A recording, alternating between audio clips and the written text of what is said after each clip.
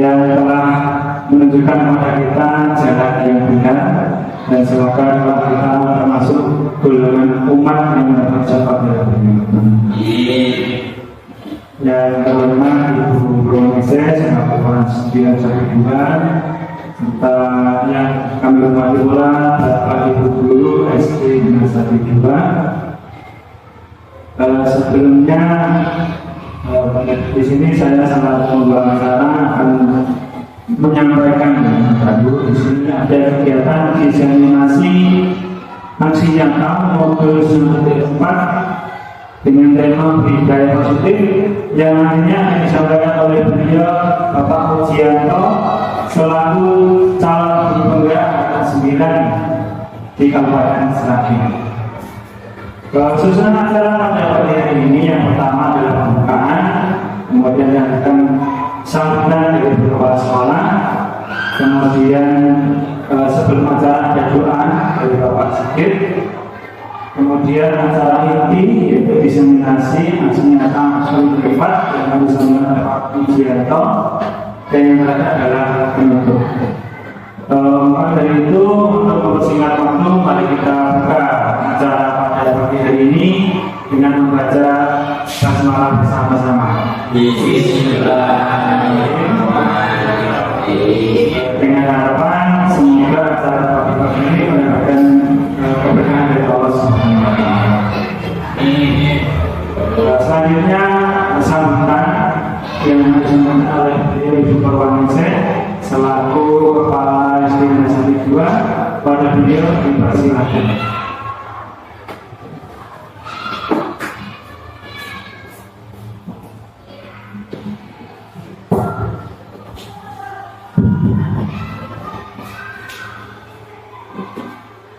Assalamualaikum warahmatullahi wabarakatuh.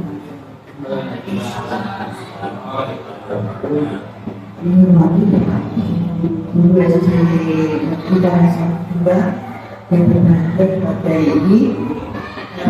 Yang pertama kita ucapkan puji syukur alhamdulillah kehadirat Allah Subhanahu wa Ta'ala yang mana masih memberikan kekuatan kesehatan keselamatan sehingga kita bisa menjalankan tugas di pagi hari ini dengan keadaan sehat walafiat.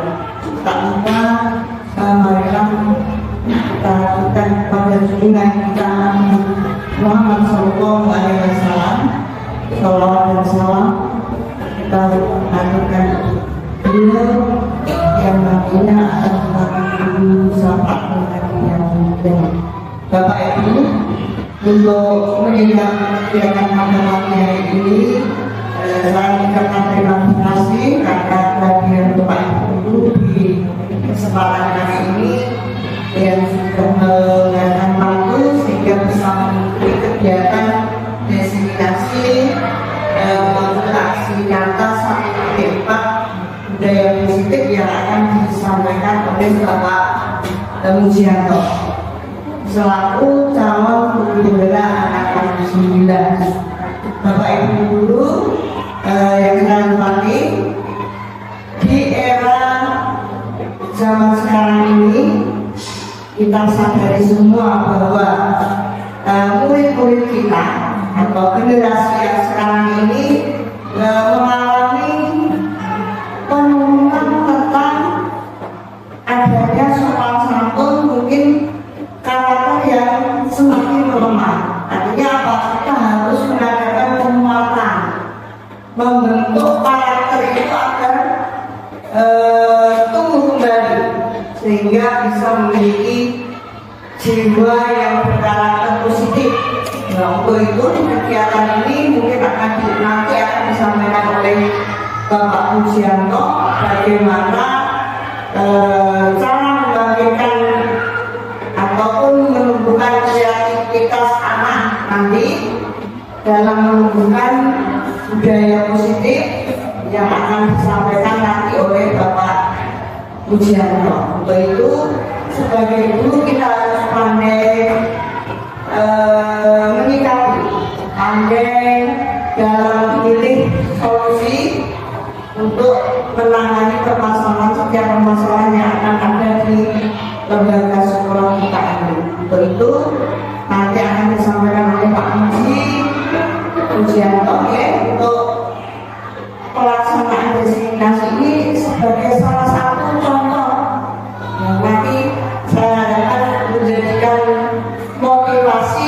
Bapak Ibu semuanya untuk meningkatkan karakternya di kelas masing-masing.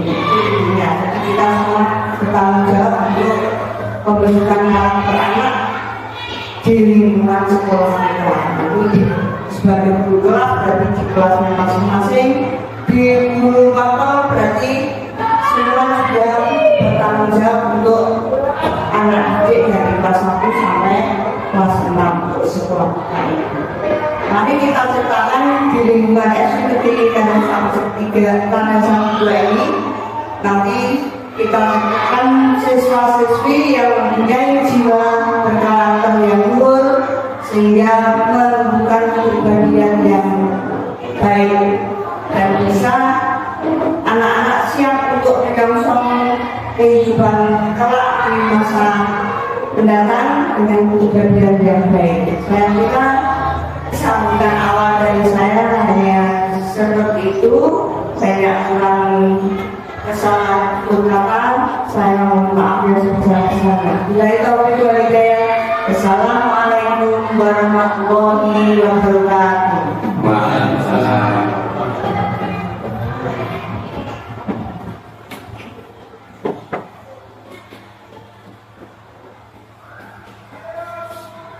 Terima kasih kepada Guru Isres selaku Kepala Sekolah dengan kami juga sebenarnya. Memasuki acara selanjutnya yaitu doa yang disampaikan oleh Bapak Sakir. Pada beliau dipersilakan.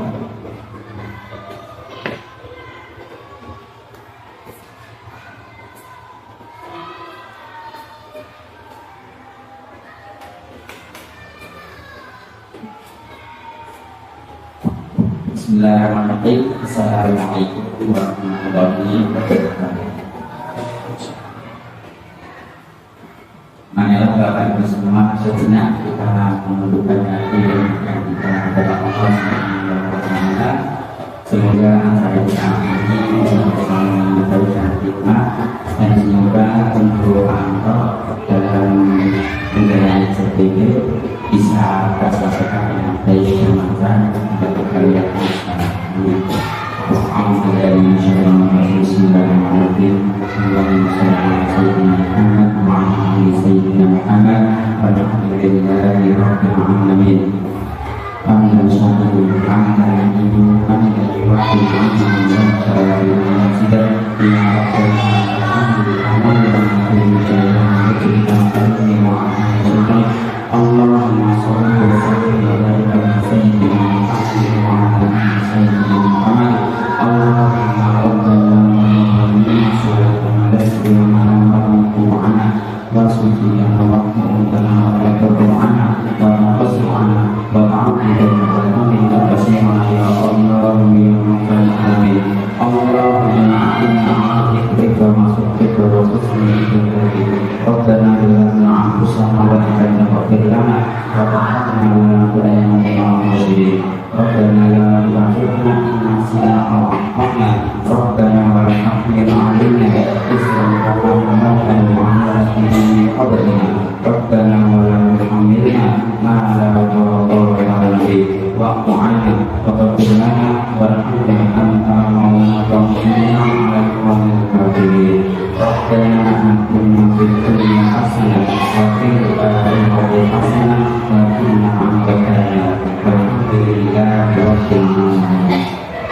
Assalamualaikum warahmatullahi wabarakatuh.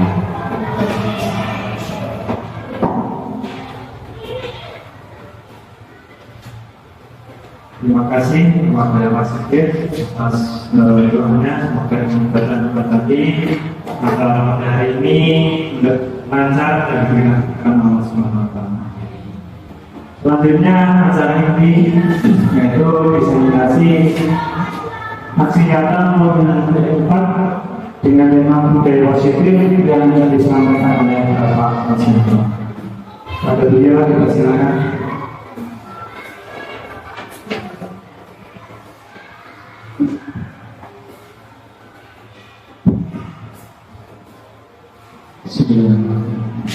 Assalamualaikum warahmatullahi wabarakatuh. Yang terhormat Ibu Purwaningsih selaku Kepala SDM dan Negeri 2. Saya hormati Bapak Ibu guru semuanya. Di sini izinkan saya menyampaikan diseminasi modul singkatan satu tema budaya positif. Sebelum saya mulai, ini ada SBG biasanya sudah tekan-tekan ya.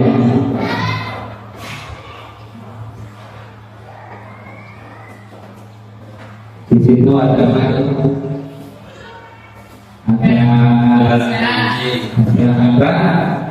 gajah, ya, gajah.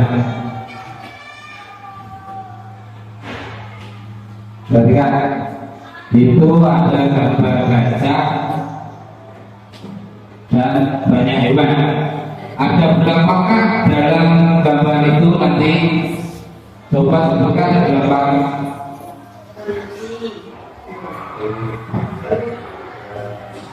Ada sekitar 10 hewan di dalamnya. Coba kita berbagi. Yang pertama, gambar yang besar sendiri gajah. Nah, yang kedua keledai. Nah, yang ketiga gambar kucing. Keempat gambar anjing dan lumba-lumba. Apa itu? Ular. Lanjut buaya. Ya, gambarnya kita kelihatan itu. Itu apa? Gambar ikan. Lanjutnya kura-kura. Nyamuk ternyata. Saya kelihatan ternyata nyamuk. Udang. Dan yang terakhir tikus. Masih semangat Bapak Ibu? Masih. Sekarang kita lanjut ke materi diseminasi.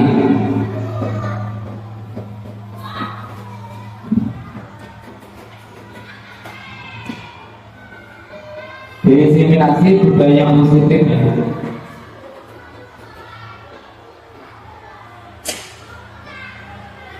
Pengertian budaya positif. Budaya positif adalah nilai-nilai keyakinan dan kebiasaan di sekolah yang berpihak pada murid agar tujuan dari budaya positif itu, yang pertama, budaya positif di sekolah bertujuan untuk memberikan kontribusi yang positif bagi seluruh komunitas sekolah. Yang kedua, lingkungan pembelajaran memiliki keyakinan positif berdasarkan visi sekolah. Yang ketiga, adanya kolaborasi baik dari kepala sekolah, guru, sesama guru maupun murid dan sesama murid. Mengapa perlu adanya budaya positif? Supaya apa? Supaya menumbuhkan motivasi intrinsik, motivasi di dalam diri sendiri, dalam diri akan untuk menjadi pribadi yang bertanggung jawab, berbudi pekerti luhur, serta berakhlak mulia. Lanjut, di sekolah kita sudah terbiasa dengan kebiasaan yaitu apa? Kegiatan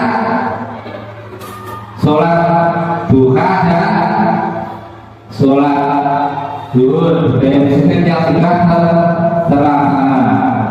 Lanjut, budaya positif disiplin jadi yang pertama nanti yang kita bahas adalah perubahan paradigma. Yang kedua, disiplin positif dan motivasi perilaku manusia. Yang ketiga, keyakinan keras. Yang keempat, pemenuhan kebutuhan dasar. Yang kelima, posisi kontrol. Dan yang terakhir, segitiga restitusi. Budaya positif pertama tadi membuat paradigma. Untuk membangun budaya positif di sekolah, ya perlu menyediakan lingkungan yang positif, aman, nyaman, agar apa? Agar murid mampu berpikir, bertindak dan menciptakan dengan merdeka, mandiri dan bertanggung jawab. Wajibnya disiplin dikaitkan dengan kontrol, dalam hal ini kontrol dulu dalam menghadapi murid-muridnya. Perubahan teori kontrol, ilusi kontrol. Yang pertama, ilusi kontrol murid. Yang kedua, ilusi bahwa kritik dan membuat orang merasa bersalah dapat menguatkan sebuah karakter. Ilusi bahwa semua perbuatan positif, efektif dan bermanfaat. Yang selanjutnya, ilusi bahwa orang dewasa itu mempunyai hak untuk memaksa. Budaya disiplin yang kedua, disiplin positif dan motivasi perilaku manusia. Budaya positif atau disebut ekosistem positif menurut filosofi Ki Dewantara dalam menuntut anak, ya dalam menuntut anak didik, Ki Dewantara mempunyai sebuah pandangan yang dikenal dengan filosofi petani padi. Guru diibaratkan sebagai seorang petani dan padi diibaratkan seperti anak atau murid yang melaksanakan pendidikan.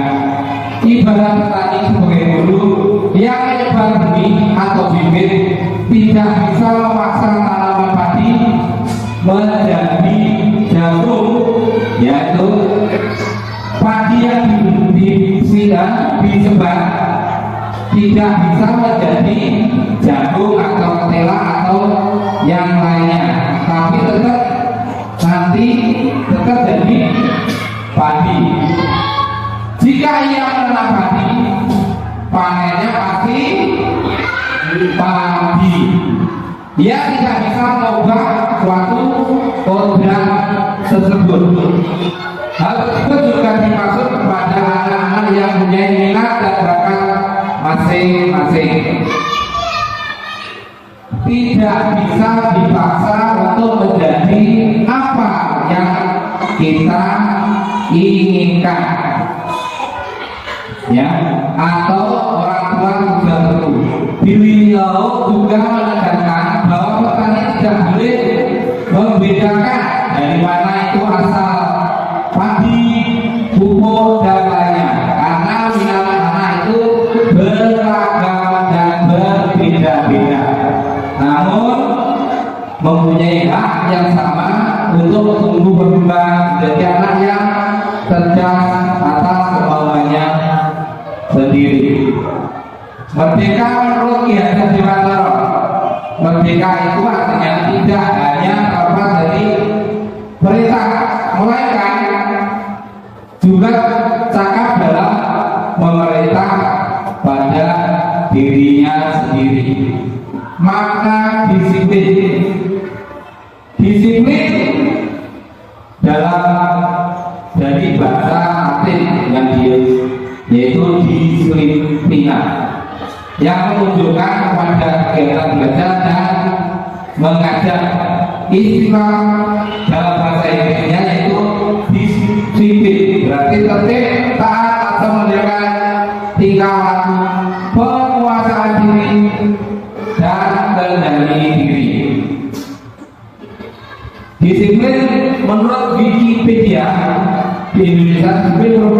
perasaan taat dan patuh terhadap nilai-nilai yang percaya merupakan tanggung jawabnya.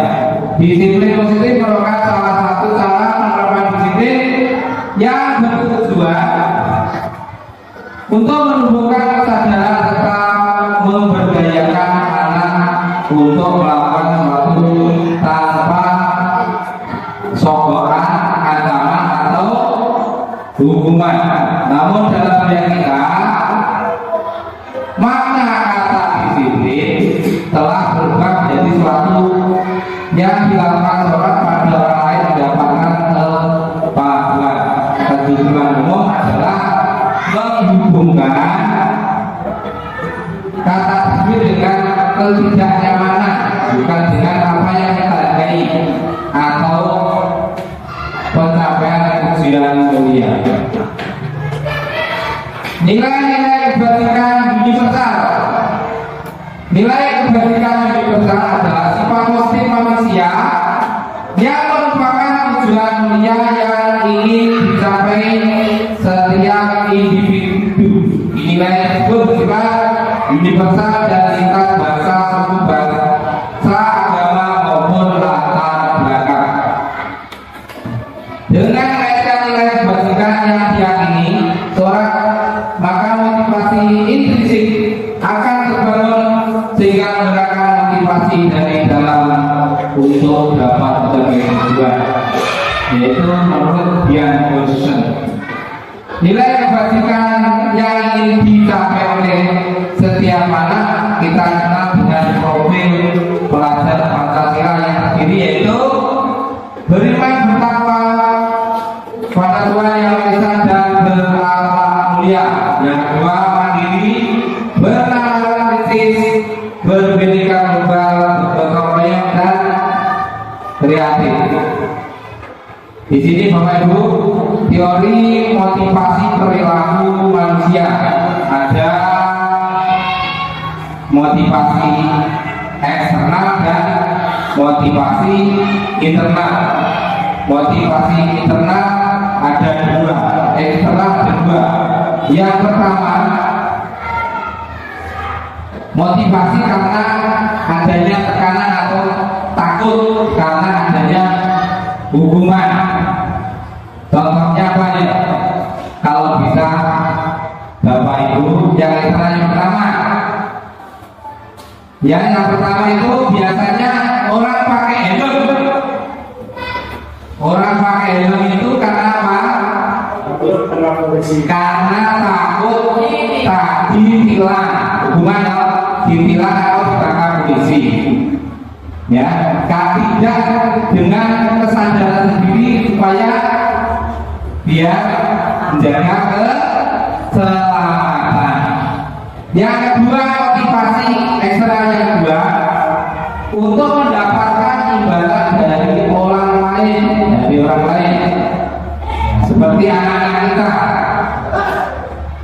turun mengerjakan PR atau mengerjakan dari orang tuanya karena biasanya minta suatu imbalan. Kalau ada motivasi akan diberi hadiah, ya seperti anak saya juga, kalau mau diberi hadiah baru si anak itu rajin dan giat. Tapi sebaliknya kalau tidak ada iming-imingnya tidak mau.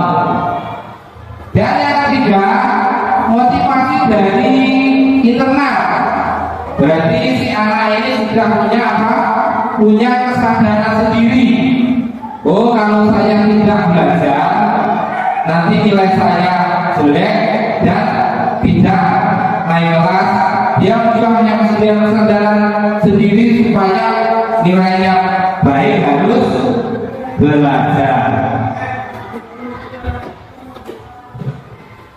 Bapak Ibu, ini gambar disiplin, budaya disiplin, yaitu apa?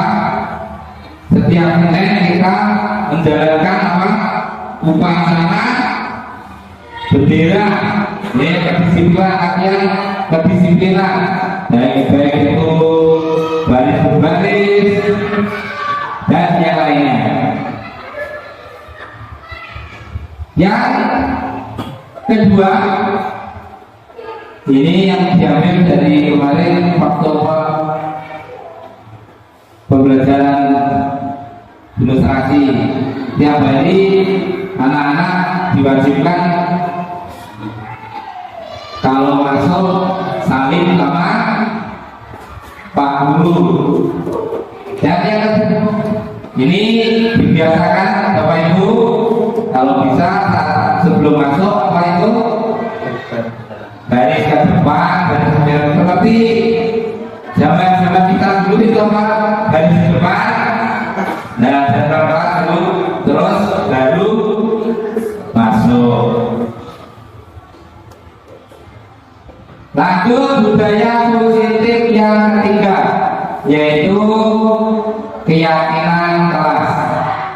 Keyakinan kelas yang pertama dari bawah dulu, dari peraturan kelas, lanjut menjadi kalau peraturan sudah dibuat menjadi keyakinan kelas, dan maju lagi ke tingkat besar lagi di lingkungan lingkungan sekolah seperti ini, yang lanjut menjadi budaya positif. Jadi budaya positif setiap semua anggota keluarga di sekolah. Apa yang disebut dengan keyakinan kelas? Keyakinan kelas yaitu nilai kebajikan atau prinsip-prinsip universal yang disepakati bersama secara universal, lepas dari latar belakang yang tadi saya bahasa, suku, negara, agama, dan yang lainnya. Suatu keyakinan akan lebih motivasi seseorang dari dalam atau motivasi secara intrinsik. Seseorang akan lebih tergerak dan bersemangat untuk menjalankan keyakinannya daripada hanya sekedar mengikuti serangkaian peraturan. Murid-murid pun sering demikian, mereka perlu mendengarkan dan mendalami tentang suatu keyakinan daripada hanya mendengarkan peraturan yang mengatur mereka harus berlaku begini dan begitu. Pembentukan keyakinan kelas, salah satu kegiatan pembentukan kelas yaitu dapat dilakukan dengan memperdalam apa itu keyakinan kelas adalah pelajari tanggung jawab setiap warga kelas. Keyakinan kelas bertanggung jawab tentang hak seseorang adalah sesuatu yang diungkapkan oleh kegiatan dan terus menumbuhkan murid yang merdeka. Kemerdekaan itu bukan hanya tidak diperintah saja, akan tetapi harus juga menegakkan dirinya, mengatur kehidupan dengan tertib. Dalam hal ini termasuk juga mengatur tertibnya berhubungan dengan kemerdekaan orang lain. Pembentukan keyakinan kelas bersifat abstrak daripada peraturan yang lebih rinci dan konkret. Keyakinan kelas berupa pernyataan universal. Pernyataan keyakinan kelas senantiasa dibuat dalam bentuk positif, yang seperti biasanya yang didapat di dinding itu. Yang kelas hendaknya tidak terlalu banyak sehingga mudah dipahami oleh semua warga kelas. Yang kelas sebenarnya sesuatu yang dapat diterapkan di lingkungan tersebut. Semua warga kelas hendaknya ikut kontribusi pembuatan keyakinan kelas lewat surah pendapat. Bersedia meninjau kembali keyakinan kelas dari waktu ke waktu. Apa itu tujuan dari keyakinan kelas? Ya, adapun tujuan dilaksanakan keyakinan kelas itu adalah untuk menciptakan pembelajaran yang berpusat pada murid, memunculkan murid dalam menentukan kelas yang diimpikan, sehingga murid lebih bertanggung jawab akan urusan yang mereka buat bersama-sama dan menentukan komunikasi efektif antara murid dan guru. Lanjut pelaksanaan dari suatu keyakinan kelas itu, yaitu keyakinan kelas bisa diterapkan di suatu lembaga bila mana ada kesadaran dari suatu sistem sekolah yang berperan berpartisipasi secara aktif, bukan apatis, bersama-sama menyepakati menerapkan prinsip di sekolah, membentukkan suatu forum diskusi yang bertujuan merancang desain budaya di sekolah. Masing-masing wakil kelas, guru menyepakati kesepakatan kelas. Guru meminta siapa yang mengusulkan kesepakatan kelas, dan pelaksanaan yang berikutnya dengan informasi setiap akhir pelaksanaan kesepakatan kelas. Di mana ini adalah contoh dari kesepakatan kelas. Yang pertama, masuk kelas tepat waktu, berdoa sebelum dan sesudah belajar, duduk dengan tenang dan tertib, memperhatikan penjelasan guru, mengumpulkan tugas, tunjuk jari bila ada yang ingin bicara, izin guru bila ingin masuk ke ruang kelas, membawa perlengkapan sekolah, melaksanakan piket kelas, membuang sampah pada tempatnya, tidak makan minum di dalam kelas, dilarang merusak barang dan perlengkapan kelas.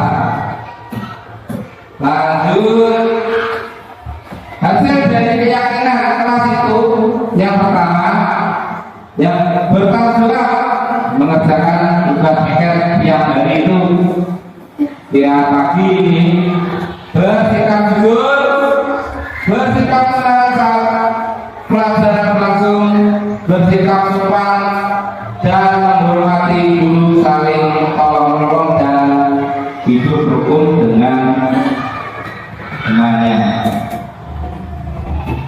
Di sini contoh video dan videonya ya.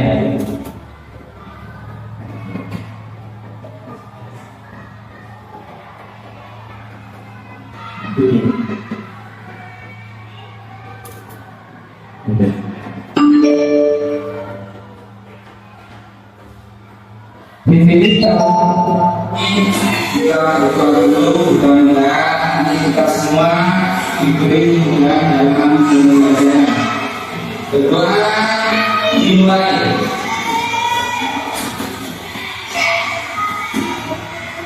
Berdoa selesai. Terima kasih. Di sini tadi ada contoh apa budaya positif, di mana pada awal atau akhir pembelajaran belajaran berdoa bersama. Kita lanjut.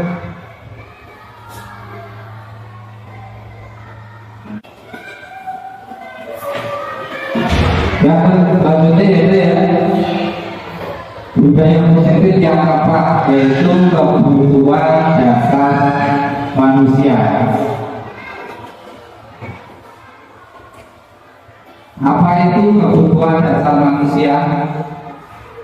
Ada 5 kebutuhan dasar manusia, di mana satu kebutuhan dasar untuk bertahan hidup, yang kedua cinta kasih sayang, yang ketiga kebebasan, yang keempat kesenangan, dan yang kelima kekuasaan. Kebutuhan bertahan hidup yang pertama, kebutuhan bertahan hidup adalah kebutuhan yang bersifat fisiologis untuk bertahan hidup, misalnya kesehatan, rumah, dan makan. Kebutuhan biologis sebagai bagian dari proses reproduksi termasuk kebutuhan untuk tetap bertahan hidup. Fisiologis ada kebutuhan ini meliputi kebutuhan akan perasaan aman. Yang kedua, kebutuhan hidup yaitu kasih sayang dan rasa diterima kebutuhan yang untuk diterima. Kebutuhan ini dan tiga kebutuhan berikutnya adalah kebutuhan fisiologis, kebutuhan untuk disayangi, diterima, meliputi kebutuhan akan hubungan dan koneksi sosial, kebutuhan memberi dan menerima kasih sayang, dan kebutuhan untuk menjadi bagian dari suatu kelompok. Kebutuhan ini juga meliputi tetap terhubung dengan orang lain, baik itu teman, keluarga, pasangan maupun teman kerja. Yang ketiga, kebutuhan penguasaan, kebutuhan pengakuan atau kemampuan. Kebutuhan ini berhubungan dengan kekuatan untuk mencapai sesuatu menjadi kompeten, menjadi terampil, diakui oleh prestasi terampil kita, didengarkan dan memiliki rasa harga diri. Yang keempat, kesenangan, kebutuhan untuk merasa senang. Kebutuhan akan kesenangan adalah kebutuhan untuk mencari kesenangan, bermain dan bertakwa. Bayangkan hidup ini hidup tanpa kenikmatan apapun, betapa menyedihkan. Oleh dosen menghubungkan kebutuhan akan kesenangan belajar. Yang terakhir yaitu kebutuhan kebebasan. Kebebasan yang berubah adalah pilihan. Kebebasan dalam pilihan kita, seperti nanti bentar lagi kita akan adanya pemilu, kita bebas memilih. Kebutuhan untuk bebas adalah kebutuhan akan kemandirian, otonomi, memiliki pilihan dan mampu mengendalikan arah hidup seseorang. Anak-anak dengan kebebasan yang tinggi menentukan pilihan mereka, perlu banyak bergerak, suka mencoba, tidak terlalu terpengaruh orang lain, dan senang mencoba hal yang menarik. Yang kelima, posisi kontrol. 5 posisi kontrol. Menurut Bian Gosen dalam bukunya mengungkapkan bahwa perlu meninjau kembali penerapan disiplin di dalam ruang kelas. Apakah telah efektif atau berpusat memerdekakan dan memandirikan murid, bagaimana dan mengapa? Menurut teori kontrol William Browser, berkesimpulan ada 5 kontrol yang diterapkan seorang guru, orang tua, atau atasan dalam membuat kontrol. Kelima posisi kontrol tersebut adalah penghukum, pembuat rasa bersalah, teman, pemantau, ataupun manajer. Posisi kontrol pertama, kita nanti berada di posisi kontrol yang mana? Ini biasanya guru-guru yang zaman dahulu, ya mungkin termasuk ini guru larangan seperti saya. posisi kontrol ini sebelum mempelajari CGP ini digunakan. Bu ini masih menggunakan Pak? Ini posisi kontrol ini. Guru yang berperan sebagai penghukum akan menggunakan hukuman untuk mengontrol para murid. Hukuman yang diberikan dapat berupa hukuman fisik maupun verbal. Contohnya, guru memukul murid yang tidak bisa tugas masih digunakan? Sudah tidak digunakan, sudah dibuang itu, sudah tidak digunakan. Contoh yang kedua, guru memukul murid dengan berdiri di depan kelas karena berbicara saat pelajaran berlangsung, sudah tidak digunakan lagi. Ya. Yang ketiga, contoh yang ketiga, guru memberikan nilai buruk pada murid yang tidak mengikuti ulangan. Betul atau tidak? Sudah tidak digunakan kontrol ini. Kontrol ini sudah dibuka. Kontrol yang kedua, pembuat guru ya, posisi pembuat rasa bersalah. Guru yang berperan sebagai pembuat merasa bersalah akan membuat murid merasa bersalah atas salah sesamanya. Guru dapat melakukan ini dengan cara memberikan nasihat atau dengan membuat merenungkan kesalahannya. Ada contohnya, guru berkata kepada murid yang tidak mengerjakan tugas, apakah kamu tahu bahwa kamu telah mengecewakan orang tua dan guru? Biasanya begini tak? Yang kedua, guru meminta murid yang berkelahi dengan temannya untuk menuliskan merenungkan tentang akibat dari perbuatannya. Masih digunakan cara ini? Nomor 2 masih digunakan? Masih digunakan. Guru meminta murid yang berkelahi terus menuliskan atau merenungi tentang akibat dari perbuatannya. Kontrol yang ketiga, ini yang banyak sekarang, ini kontrol sebagai teman ini. Guru yang berperan sebagai teman akan memperlakukan murid seperti teman sebaya.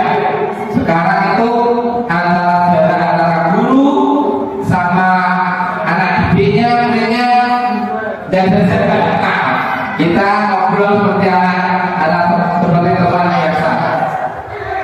Memperlakukan murid seperti teman sebaya.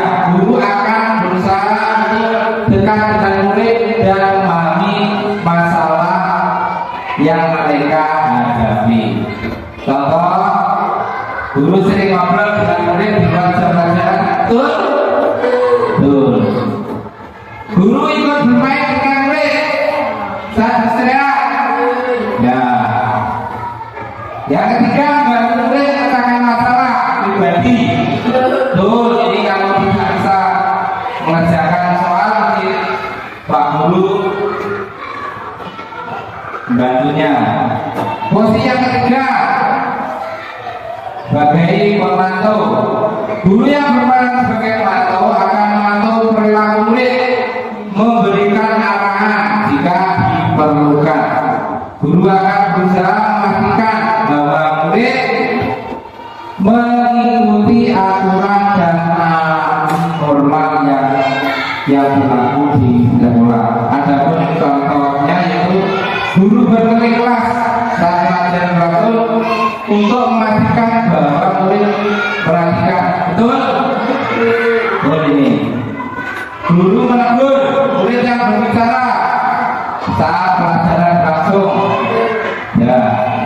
Yang ketiga, guru mengingatkan untuk mengenakan seragam sekolah yang lengkap. Itu terutama diingatkan pada setiap hari Senin itu. Lanjut yang kontrol yang terakhir. Ini kontrol yang kita impikan yaitu sebagai manajer. Guru berperan sebagai manajer akan mengelola kelas dengan cara yang efektif dan efisien, menciptakan lingkungan belajar yang kondusif dan memotivasi murid untuk belajar. Ada contohnya, guru menyusun rencana belajar yang jelas dan terarah. Yang kedua, menggunakan metode pembelajaran yang bervariasi dengan kebutuhan. Yang ketiga, memberikan balik yang positif dan progresif kepada murid. Budaya positif yang ketiga yaitu segitiga restitusi. Apa itu restitusi? Dijelaskan menurut Gaussen, restitusi adalah proses menciptakan kondisi bagi murid untuk memperbaiki kesalahan mereka sehingga mereka bisa kembali pada kelompok mereka dengan karakter yang lebih baik dan lebih kuat. Restitusi juga merupakan proses kolaborasi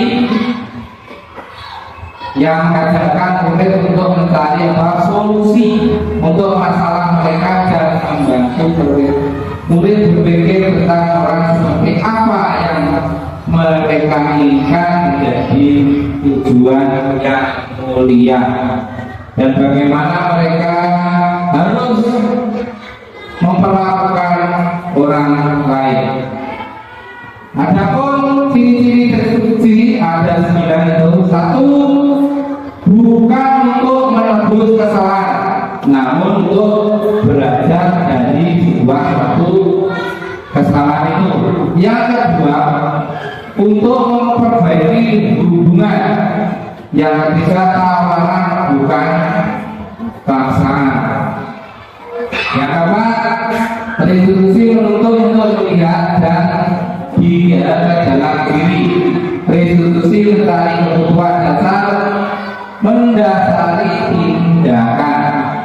Yang keenam, restitusi diri adalah cara yang paling baik untuk memperbaiki diri. Yang ketujuh, restitusi fokus pada karakter bukan tindakan. Yang kedelapan, restitusi fokus pada solusi. Yang terakhir, restitusi memberikan murid yang berbuat salah pada kelompoknya. Di mana itu ada segitiga restitusi. Yang pertama itu validasi tindakan, yang menstabilkan identitas. Yang kedua, validasi yang salah. Yang ketiga yaitu menanyakan keyakinan. Menstabilkan identitas, ya, untuk membuat anak merasa gagal karena berbuat salah, jadi hal yang positif terhadap dirinya. Dulu berkata, berbuat salah itu hal yang manusiawi. Tidak ada manusia yang sempurna. Bapak Ibu juga pernah berbuat salah. Kita pasti menyelesaikan permasalahan ini. Bapak atau Ibu tidak tertarik untuk mencari tahu siapa yang benar, siapa yang salah. Bapak Ibu lebih tertarik untuk menyelesaikan masalah. Kalau kamu menanyakan dirimu sendiri terus-menerus, apakah kamu berbuat baik pada dirimu? Bagus. Restitusi yang ketiga yaitu validasi tindakan yang salah, yaitu bantu siswa mengenali basis kebutuhan yang ingin dipenuhi ketika melakukan kesalahan itu. Pada dasarnya tindakan manusia tujuannya adalah memenuhi tulis basic apa itu power medu lock and telepon atau suruh tipa. Kata-kata dulu ya berkata yaitu kamu bisa saja melakukan hal lebih dulu, tapi kamu melakukan tapi punya alasan. Bila anak melakukan sesuatu pasti ada alasannya. Apa yang penting bagi kamu? Kamu boleh tetap berusaha melakukan itu, tapi tambahkan sikap melayani yang baru. Maukah kamu belajar cara lain tentang makanan kehidupan tanpa harus memukul? Perkataan sendiri yang terakhir, apakah kamu bisa melakukan dengan lebih baik itu lagi? Yang terakhir, menanyakan keyakinan keras. Apa itu? Anak melihat setelah dihubungkan dengan norma sosial dan nilai yang mendasari manusia berinteraksi dengan orang lain. Ya, guru berkata, apa nilai yang kita percaya di kelas atau di sekolah kita? Nilai-nilai universal apa yang telah kita sepakati? Kelas yang ideal itu seperti apa? Kamu ingin jadi anak seperti apa? Dan yang terakhir, apa yang kamu rasakan ketika kamu melakukan itu? Kamu jadi orang yang seperti apa? Bapak Ibu, di sini ada contoh restitusi yang saya buat kemarin, yaitu di mana dalam video ini ada anak kelas 5 terlambat sekolah.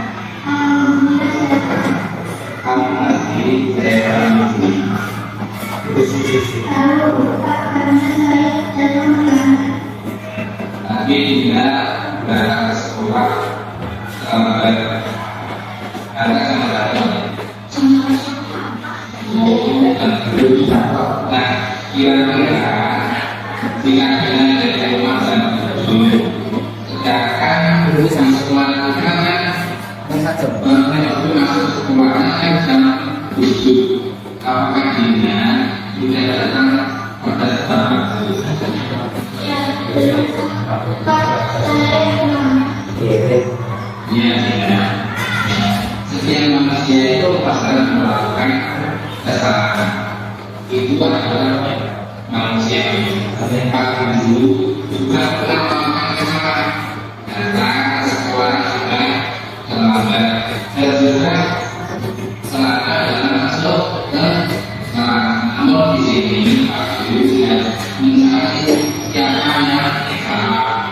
Namun di sini kita sama-sama memecahkan solusinya supaya nanti datang pada waktu yang tidak terlambat lagi.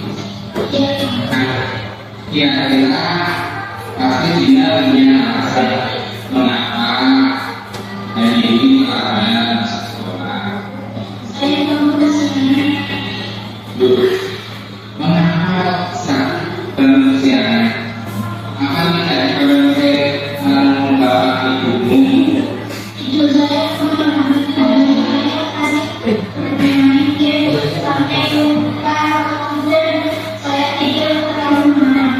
Nah, jadi bila ada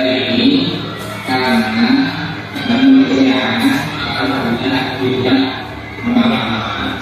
berpaku karena banyaknya main game ya. Oh iya, sekarang waktu pengeluarannya main game itu apa dampaknya? Menghasilkan, lihat main game itu menghasilkan dan main game itu tapi dari anak-anaknya harus tahu waktu ya. Jangan lupa belajarnya hidup sampai orang ya, supaya apa? Supaya nanti tidak kesiangan. Karena apakah dalam waktu itu sudah masuk atau sudah pemilihan kekasihannya? Tidak, Pak, saya memang yang berkas. Dan yang masih ingat apa keyakinan kekasihan? Iya, Pak. Dan akan kita satu sopan kepada yang begitu. Tidak ada yang Oh ya, betul. Nah, baik sekarang kita masih ingat banyak yang akan melakukan supaya tidak lagi. begini, Pak. Saya akan datang bersama dan mengurangi bermain HP dan memasak-masak. Nah itu apa yang akan lakukan masyarakat? Mulai mengaji, Pak.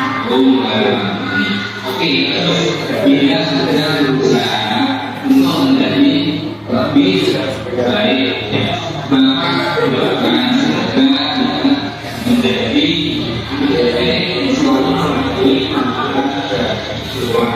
dan selalu mentaati segala yang di sekolah. Iya, Pak. Ya, tidak berubah. Ya, makasih, Pak.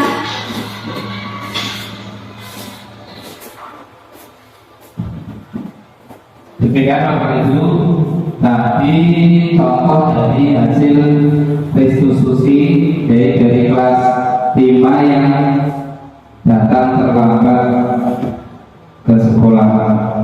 Demikian Bapak Ibu, hasil diseminasi dari saya. Bila ada kurang dan lebihnya, saya mohon maaf yang sebesar-besarnya. Akhir kata, wassalamualaikum warahmatullahi wabarakatuh. Alhamdulillahirrahmanirrahim. Diseminasi yang disampaikan oleh Pak Anto sangat luar biasa. Tepuk tangan untuk Pak Sugiarto. Atas ilmunya tentang budaya positif di sekolah. Semoga kita sebagai guru bisa mengambil manfaat dari apa yang disampaikan beliau, kemudian bisa menerapkan dan mengaplikasikannya dalam kegiatan sehari-hari di sekolah kita. Selanjutnya, karena sudah selesai, mari kita tutup kegiatan pada siang hari ini dengan bacaan hamdalah bersama-sama. Demikian pada hari ini, apabila saya sama membawa acara ada yang berkenan dan kurang mohon dimaafkan. Terima kasih. Wassalamualaikum warahmatullahi wabarakatuh.